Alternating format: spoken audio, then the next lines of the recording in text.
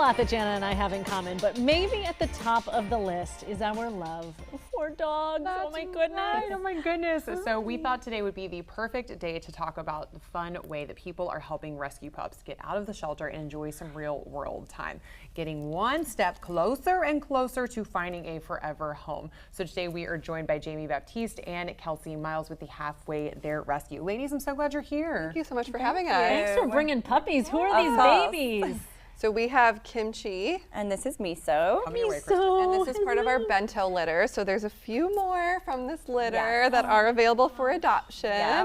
Tell me about Halfway There Rescue and tell everybody at home. Yeah, so we are a nonprofit organization where we pull dogs from rescue or from shelters, and we are all volunteer based. So all of these pups are within homes of volunteers who are fostering them to get them ready for their forever homes. Oh my So gosh. there's so many great opportunities, and obviously we talk about rescue all the time, but the reality is not everybody can take a dog full-time into their home. So you guys have some great opportunities with daycations and staycations. Yes. Walk me through why those are great for summer.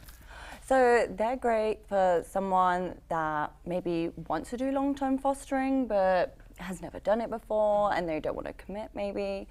And so a daycation is you take a dog from one of the fosters who's maybe working that day or is going out on a day trip, and you can just have the dog for a day. You can go on a hike, you can take them to a brewery, you can just have fun with them at home. And then a staycation is more like a weekend or like 2-3 days. Kimchi's like, peace out. I'm done. Staycation hasn't started yet. Yeah. And That's my fault. Kristen's like, I come back for one day and I lose the puppy. And it's basically just if the foster that's having the puppy or dog for long term into adoption and they're on vacation and you're taking the dog for the weekend so they can go away, and it's just a great way to put your part in if you don't want to commit to a long-term foster.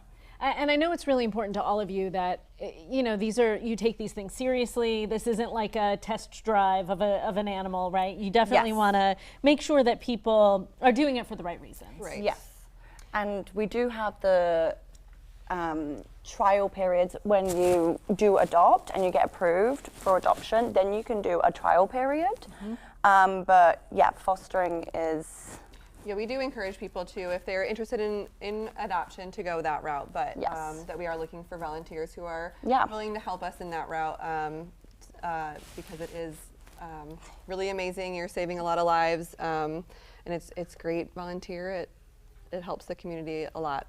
You know, earlier I was talking about the fact that we had a ton of kids our 4th of July, and I always say that daycations and staycations are a great way if your kids are asking, can we have a puppy, can we have a puppy, can we have a puppy? This is a great way to say, okay, prove that you can take care of one, and let's also help out a dog in the process, right? Yeah. Absolutely, absolutely. I did a staycation once with a dog, and giving that dog back was like, you know, I mean, so you have to It be can be sort of like that. prepared Yes. for this short-term love of an animal, right? Yes. And know that you're doing a really good thing in the long run. Yes, for sure.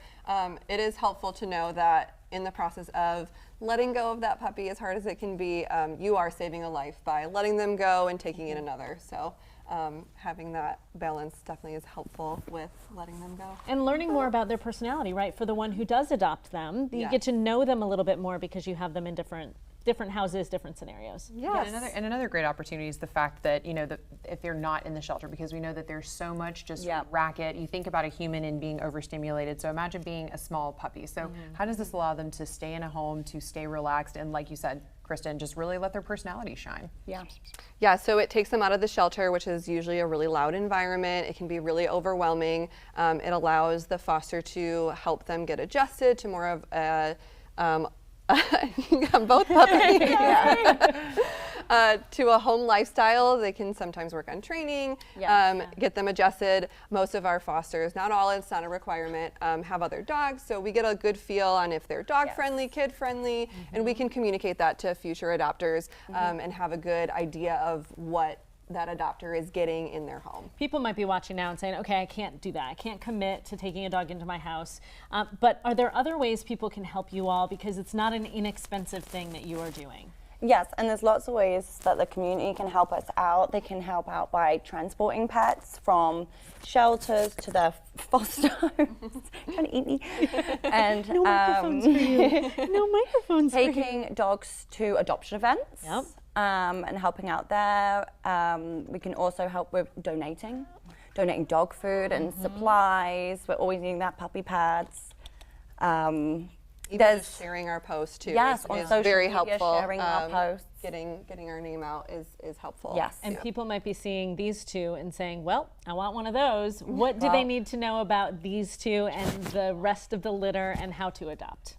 Well, they are available for adoption. They're about 8 weeks old. They were taken from the Chesterfield shelter, and there's 5 of them.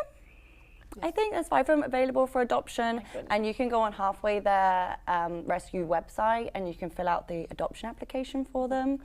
Or you can follow us on Instagram at Oh, Halfway and follow There on Instagram. Rescue. Yes. Like, follow, subscribe, and all of that local love. So we want to make sure that we check out some of the other adoptable doggies. look at that Look at these babies. I know them.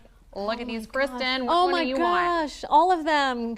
But I think there's like a rule against taking in that many animals and not being a rescue.